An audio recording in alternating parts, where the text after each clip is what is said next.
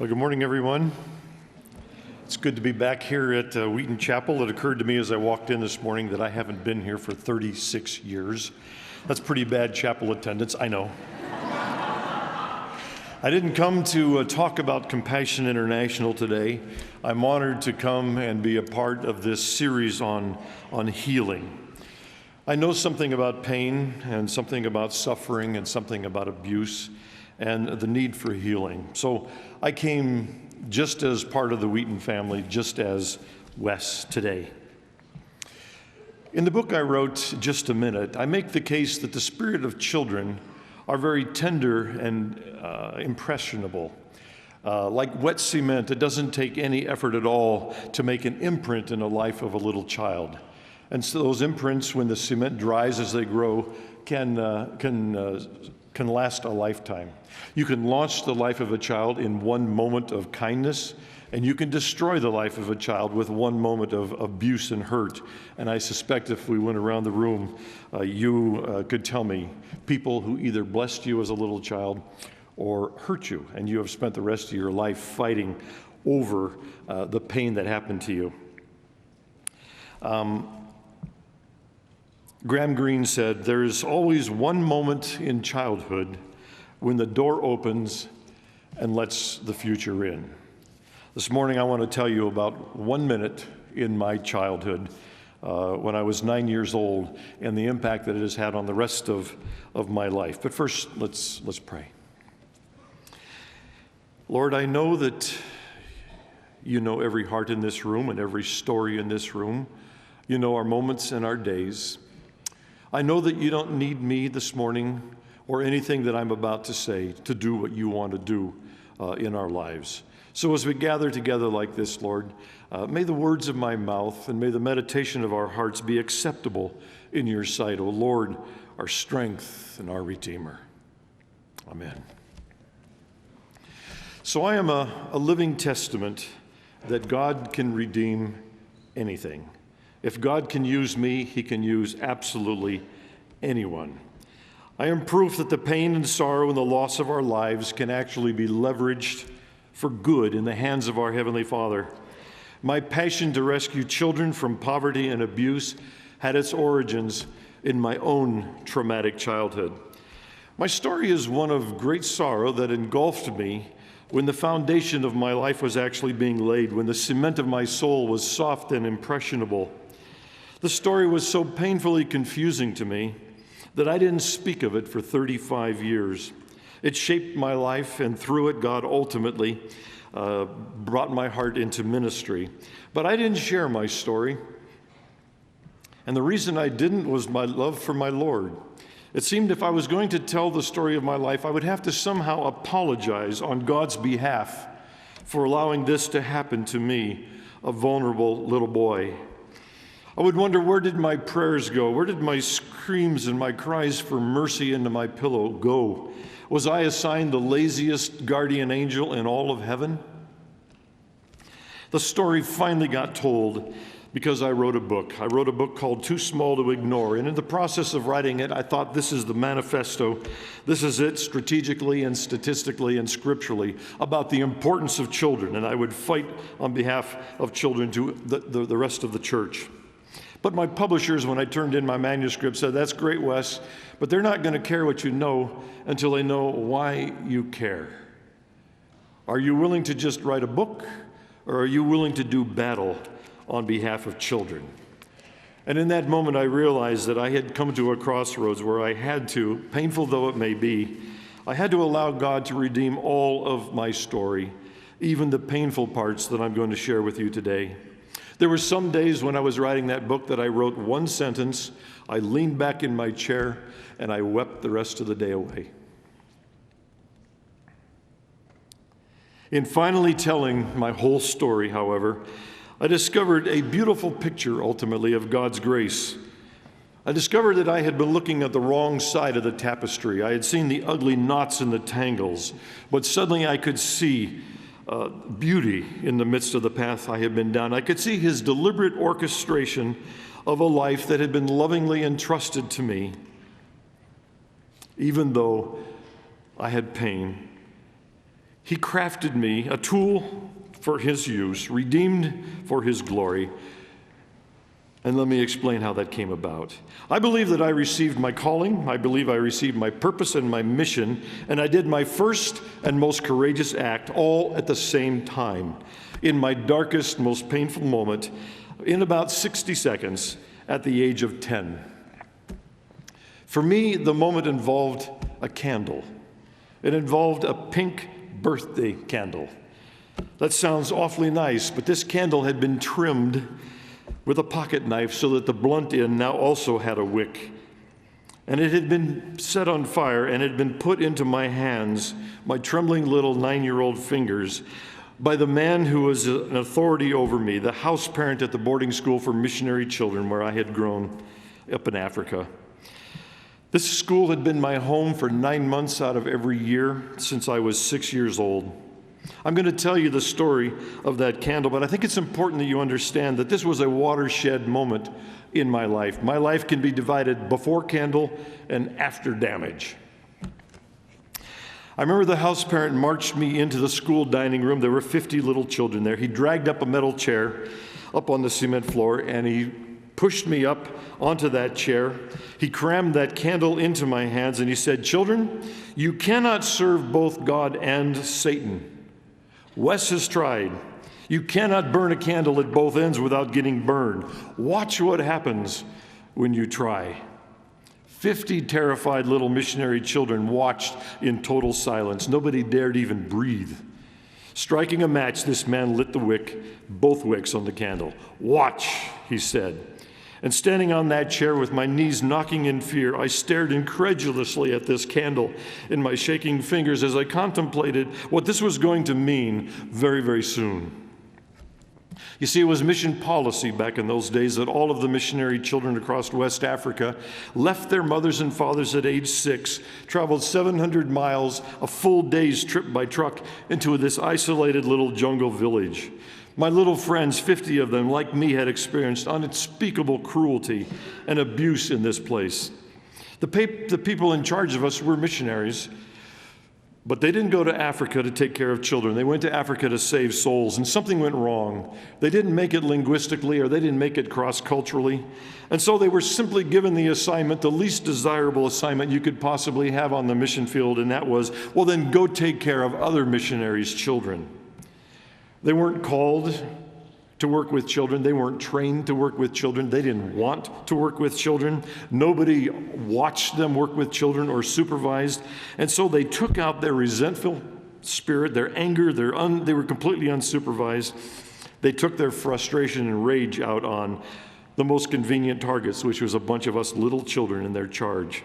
I learned very early on, and it's why I fight so hard for children today, I learned that terrible things can happen when children are considered unimportant, a second-rate mandate, the lowest of the priorities.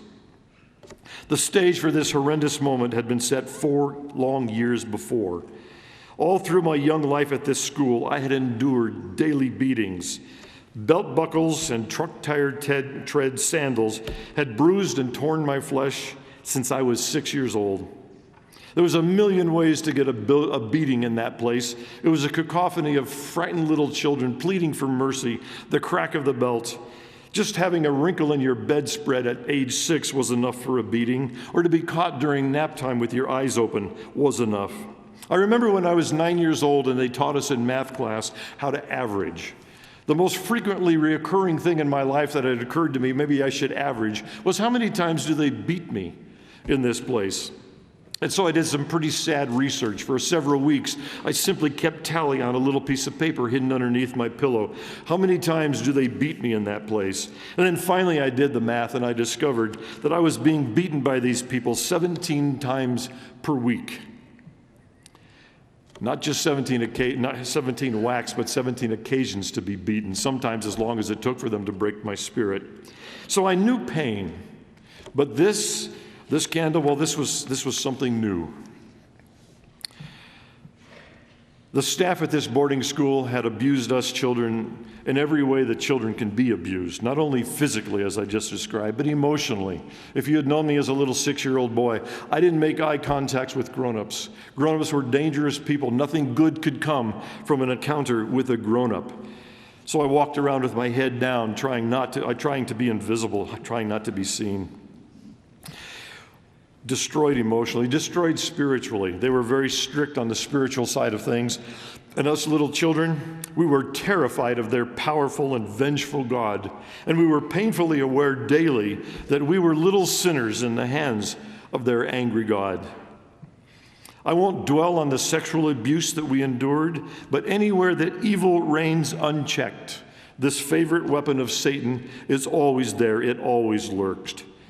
Tragically for us little kids, the very people who are reading us our Bible stories, a couple hours later when the generator were off, were on the prowl down the hallways, preying on defenseless little children, far, far, far from home. Older boys who were victims themselves learned how to mimic their elders in an environment of depravity. They served their own lustful desires and abused little children. They kept us quiet with blackmail and the threat of physical pain. There was no one to protect us. We had no advocates, no arms to run into for protection. The very people who should have been our trusted defenders were in fact our attackers. And so now, standing on that chair with that candle gripped between my fingers, I was at my lowest, darkest moment. I cannot describe to you the culmination of hurt and rage and hopelessness and despair that welled up in my little, at this point, 10-year-old soul. At this man's hands, I had always lost. I had always been manipulated, hurt, plain and simple. He was bigger and stronger. He was a man. I was a boy. And so I resigned myself to this new level of humiliation. Why not yet again? This wasn't just some sexual deviation from some wayward priest on a camp-out retreat. This was every day for years on 50 of us little children. I do not believe that hell burns hot enough. So here we were. He spoke angrily to the assembled children. He said, "This little boy standing here is Satan's favorite tool. He told, and the devil used him to destroy his parents' important ministry in Africa. Look at him. There will be Africans in hell because of this little boy, Wesley." At those words, suddenly there arose in me a rage, a passion that I have never experienced before and I have never experienced since. I had felt that I can endure almost anything from this man's hands, and I had for years. But this time with the candle, it was different. Never had words cut so deeply into my spirit. So yes, I had told. That was the greatest of crimes. As a desperate little boy, I had cried out to my mother for help. For years, 50 of us little children had courageously maintained our silence.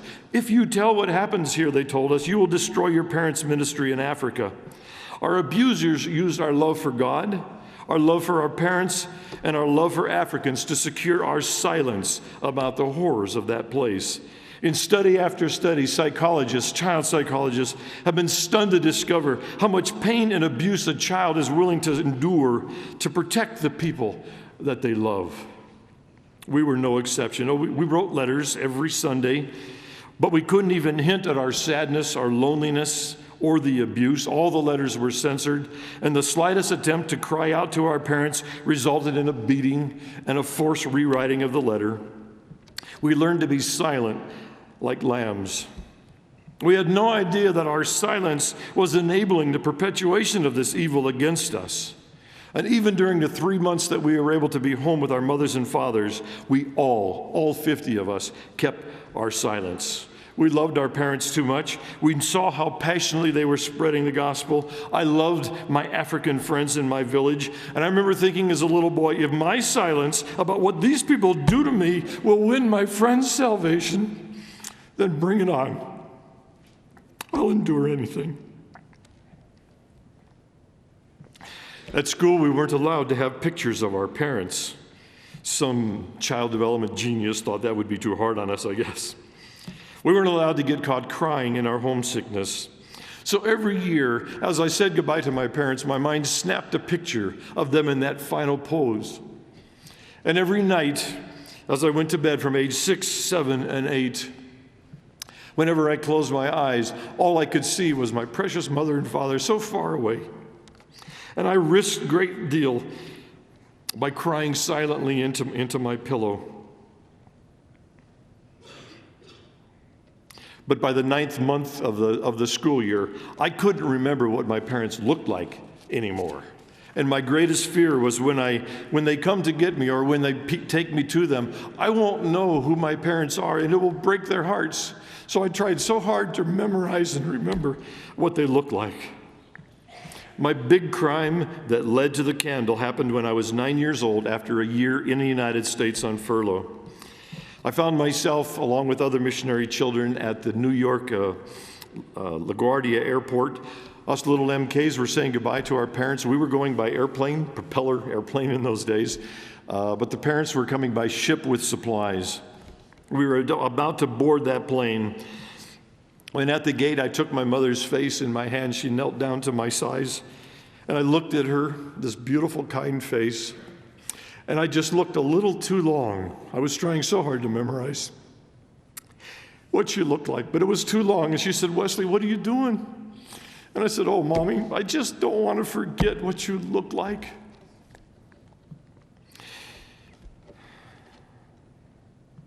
It broke her heart, as you can imagine. She dissolved into tears, and so did I. And I saw a moment, I saw an opportunity, maybe an SOS. And I blurted out in 30 seconds all that I could possibly say that fast. I said, "Mommy, please don't send me back there. Please don't send me back there. They hate me. They beat me. I can't tell you what they do to me. Please, Mommy, please, please, please." I'll never forget the look of horror on her face. She had no idea that this had been going on. Remember, she said, "What?" She held me tightly, and I heard her murmur, "What can I do? What can I do?" And I felt her sobbing in my embrace. But not a minute later, my sister and I were both whisked onto the airplane. My friends who had overheard this looked at me like dead men walking.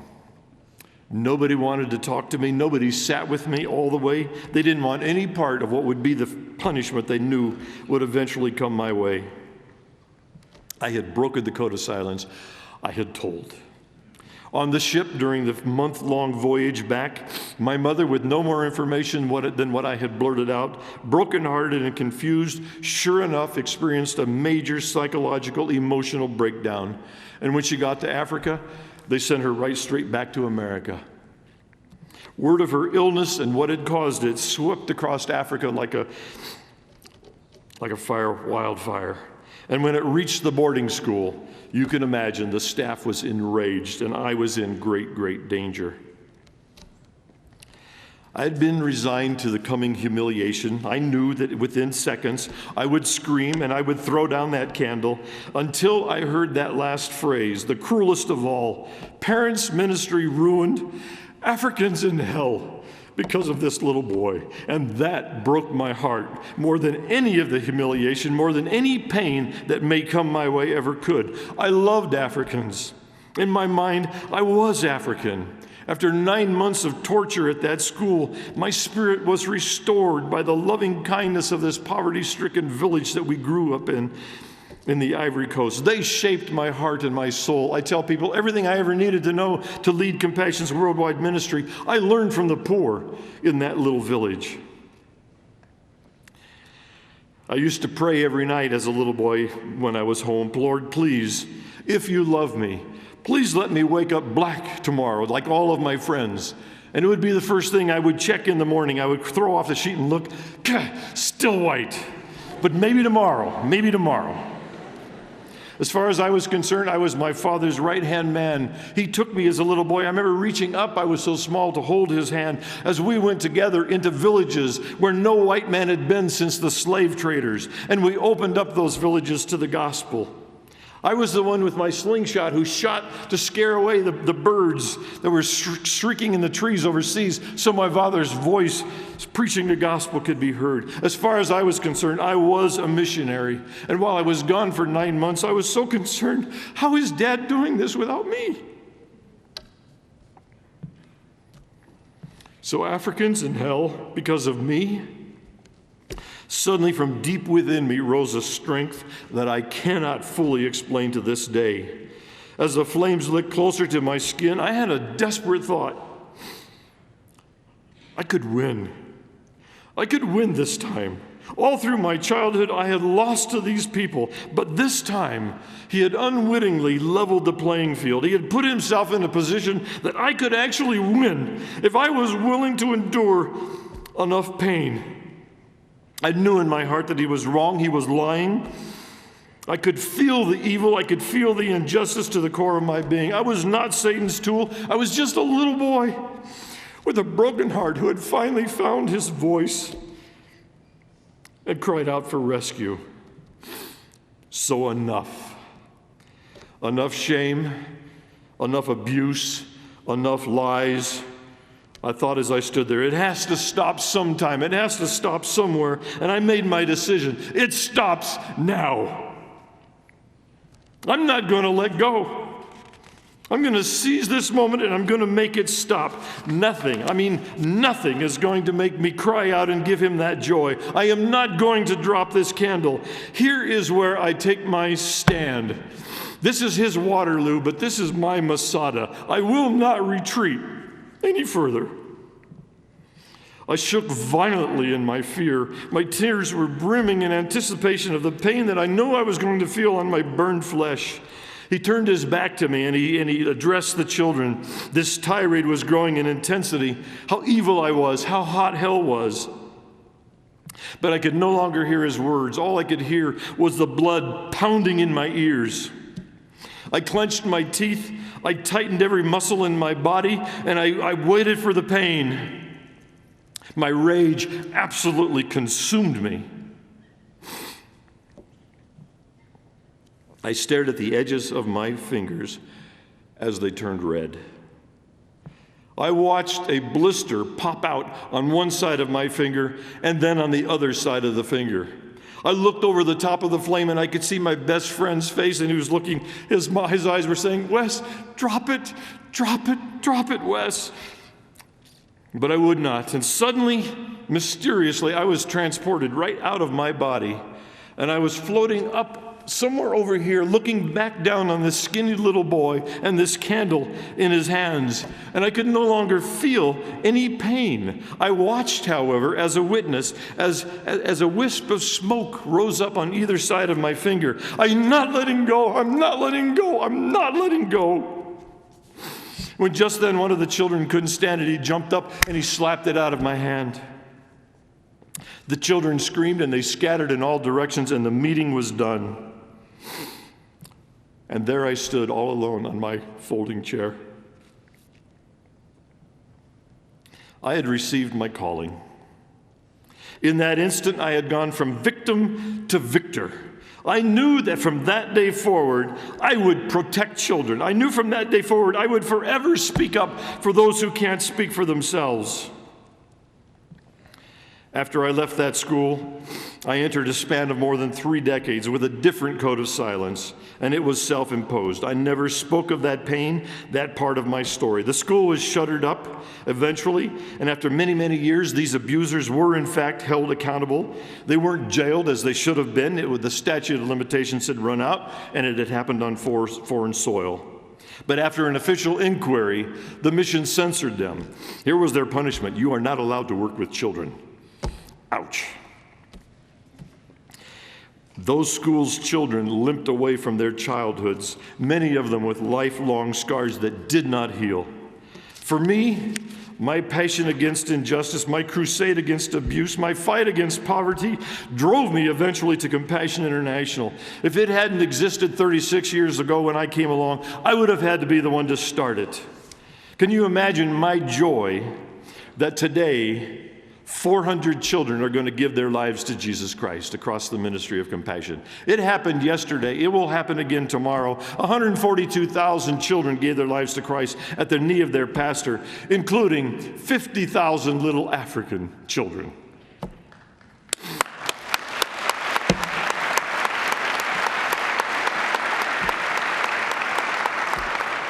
God can redeem anything. I was in Uganda just 4 days ago. I'm so jet-lagged, I have no idea what's going on. I am much smarter than I'm coming across. For all these years, for decades, I have fought for children. Little ones who have no voice, little ones who have no choice. The passion that gripped me at age 10 still rages in me today. Poverty and abuse, I know this, speak the same language in the heart of a child. They say, give up. Nobody cares about you. There's nothing special about you. Nobody is coming to your rescue. Nothing will ever change. You'll always lose. Give up. And in the cement of a child's soul, that can become your worldview. Across the world now with compassion, I see these fingerprints of Satan. He's still using the same weapons against these little children that he used on me. And the world over, I see these empty, hollow eyes. The flame of the Spirit having been made in the image of God, the twinkle in the eye gone, and nothing left but smoldering embers. And what I have done for 36 years is I have joined that church. I have joined Compassion sponsors. Together we fan those little embers until a flame comes back and a child is rescued to the glory of God. How has this affected me as a leader? I may never have as much passion or courage as I had at age 10. But today I'm a joyful, passionate, excited leader. I'm honored to get to shepherd one of the most dynamic, strategic ministries on earth. After 36 years with Compassion, people keep expecting me maybe to slow down, to grow weary, but I haven't and I won't. Because of my story, because of my minute, a story that Satan intended for evil, but God redeemed and leveraged for good. I am never more than 10 seconds away from tears. But my tears aren't always tears of sorrow. Sometimes they are tears of great joy at what I get to do, at the victory I see in the lives of children, when poverty and evil are defeated. Joy by that God's grace, that I am still useful somehow in His kingdom, and that I get to lead a ministry to 1.5 million children that addresses the very cry of my heart. And my question for you this morning is, what's your cause? What have you got in your life that can move you to tears? I'll cut you some slack in 30 seconds. Either tears of sorrow at the need that needs to be addressed, or tears of joy at the victories. Guys, if you do not have a cause in your life that can move you that deeply, you are not fully alive. There has to be something outside of you, bigger than you, that requires your time, your talent, your treasure, that is worthy of your passion and your drive. If you don't have that yet, look for it. Please do not live life stuck in second gear.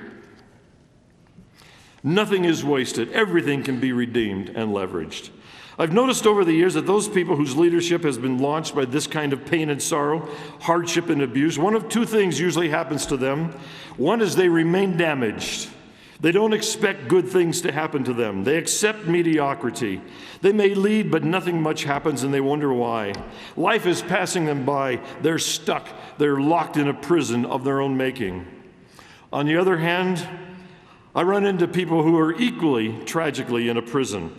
These are the ones who have taken that painful moment and have become driven to prove those abusers wrong. These people never miss an opportunity to advance, to climb. They got to joust every windmill, win every award, to prove their worthiness. They're also striving to achieve. They are proving their abuser wrong with every minute, and that's all that motivates them. They may rise high, but it's not with genuine joy in their accomplishments. There's no authentic satisfaction. There's no deep assurance in their soul that they really do have worth, even without all that striving. They are worthy because who gives them worth? Their Lord. Whichever path you have chosen, as a close, I want to tell you there's another path available to you, and that is the path of forgiveness. It's the path that I chose. I didn't discover this until I was 17 years old at a fireside meeting. When a speaker spoke, I was a wounded soul. I came to America when I was 15. Half of the children in my village had died of what I later learned was poverty. They didn't need to die. This man said, some of you have been really, really hurt, and you are carrying around in your hearts and souls people who have hurt you. There's a good chance they don't even remember hurting you. There's a good chance they're not even sorry about hurting you. You are the only person paying the price for that pain. You are letting them live in your heart rent-free, and there's only one way out of this dilemma, and that's called forgiveness. And I remember sitting at the edge of the fire thinking, he's talking about me. I know what he's talking about. And so I said at age 17, okay, you people, I know that you're not sorry. I know you will never ask forgiveness, so I choose to forgive you. Now, get out. You get out of my mind. You get out of my heart. You get out of my life. You stole my childhood. You cannot have the rest of my life. You took my past. You cannot have my future. I forgive you. Now, get out. It was the best I could do. I've learned a lot about forgiveness since then. I have learned that forgiveness is one of the hardest things there is to do, and sometimes it's more painful than the thing that is being forgiven. I've learned that forgiving doesn't mean that what they did to you doesn't matter. It doesn't mean that they don't have to pay consequences for their actions. It doesn't mean that you have to reconcile and bring these dangerous people back in your life and maybe hurt you again. But I do know this. It means you have to give up your right to revenge. You've got to drop your candle, unclench your fist. We say, oh, forgive and forget. It doesn't happen that easily. But I can promise you this, you will never forget what you will not forgive. Well, that's my story. That's my minute. I am stunned that God would use it to his glory in any way. Most of the friends in my school that I grew up with fell down as children and never stood back up. I look forward to Revelation 21:4, the promise that one day soon, when we least expect it, we're going to hear a trumpet blast. We're going to look up and we're going to see the sky roll back like a scroll, and we're going to go home where we belong. And please know there's no abuse there. There is no hunger there. There is no death there. There's no sorrow. In fact, there are no tears there. God says, I myself will wipe the last tears from their eyes. God himself who knit you in your mama's womb, those hands are going to dry the tears. The God who carried you when you went through your candle, those hands will wipe the last tears. The hands that took the nail on the cross to redeem you, those hands will take the last tears from your eyes. And I cannot wait. I cannot wait to run into the arms of my Lord, my Savior, my Redeemer, panting.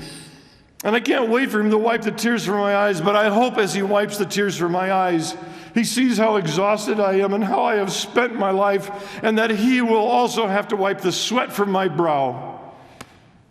Because I lived the life he called me to live. I forgave, I loved in spite of it all, until I was suddenly and wonderfully interrupted by heaven. May God bless you. May God comfort you. May God heal you. May God use you mightily in his kingdom. He can redeem anything. Amen.